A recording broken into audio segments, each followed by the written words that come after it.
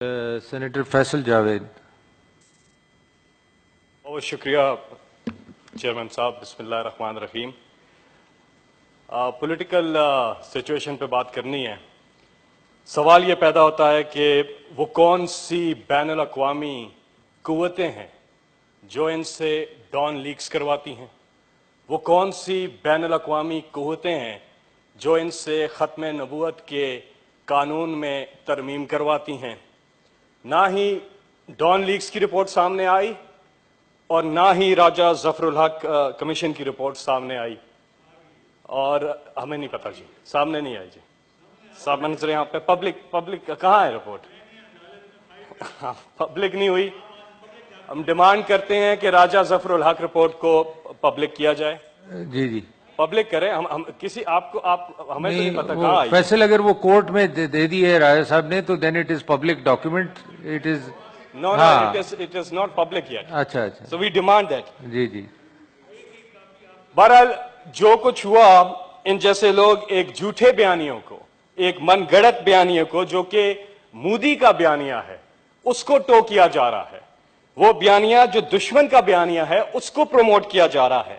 اور کس لیے پروموٹ کیا جا رہا ہے؟ صرف اپنے آپ کو بچانے کے لیے، اپنی بیرون ملک دولت کو بچانے کے لیے، اپنے بیرون ملک کاروبار کو بچانے کے لیے، اور اپنی تمام وہ جو کرپشن، جو منی لانڈرنگ کر کے یہاں سے اس ملک کا پیسہ بائی ٹرانسفر کیا گیا ہے اس کو بچانے کے لیے.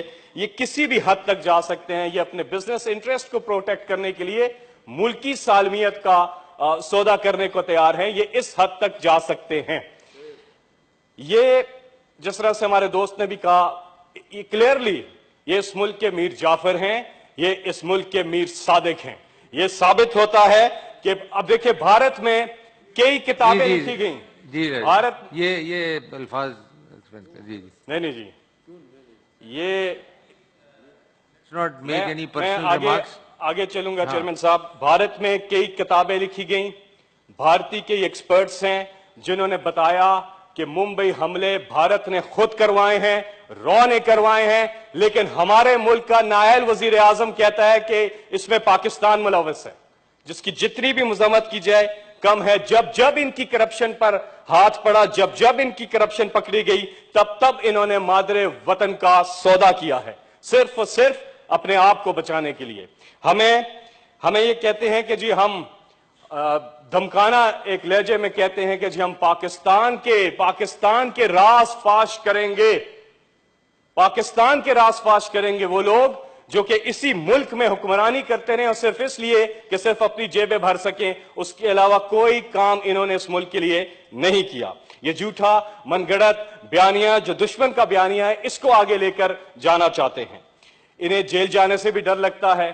یہ تمام تر حالات کو خراب کرنا چاہتے ہیں، یہ فرار چاہتے ہیں، اور یہ اس ملک کے لیے جتنا کچھ اس ملک کا بگاڑ سکتے ہیں یہ بگاڑیں گے صرف اپنے آپ کو پروٹیکٹ کرنے کے لیے. جناب چیئرمین، یہ بہت زیادہ سینسٹیو معاملہ ہے. It's sensitive. جناب چیئرمین، ہمیں اپنے ملک کے دفاع کے لیے، ہمیں اپنے ملک کی سالمیت کے لیے ہر ممکن آگے جانا ہوگا. اور ہم ڈیمانڈ کرتے ہیں کہ نااہل سابق وزیر اعظم نواز شریف کا نام فوری طور پر ECL میں ڈالا جائے.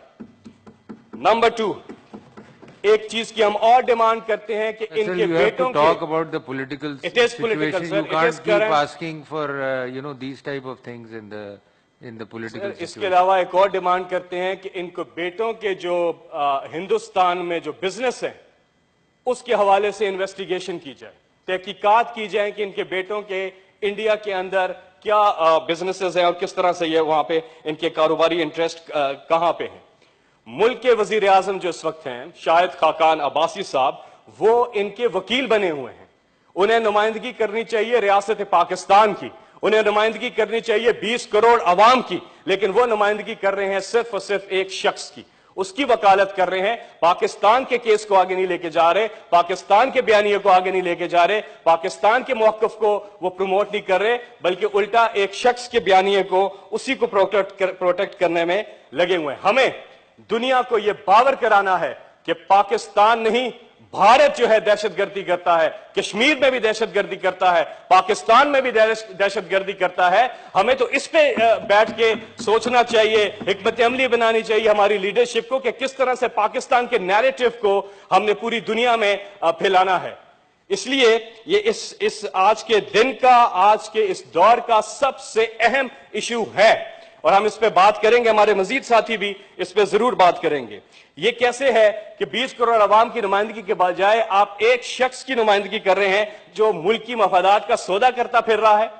یہ سوال بھی پیدا ہوتا ہے. دوسرا ایک اور سوال پیدا ہوتا ہے کہ نون لیگ والوں کو خود سوچنا ہوگا کہ کیا وہ پاکستان کی خدمت کرنا چاہتے ہیں کہ صرف ایک شریف خاندان کی خدمت کرنا چاہتے ہیں. انہیں اپنے آپ سے یہ سوال خود کرنا ہوگا. ہم تو یہ کہتے ہیں کہ گرچہ بت ہیں جماعت کے آستینوں میں، مجھے ہے حکم ازاں لا الہ الا اللہ. تھینک یو جی، تھینک یو.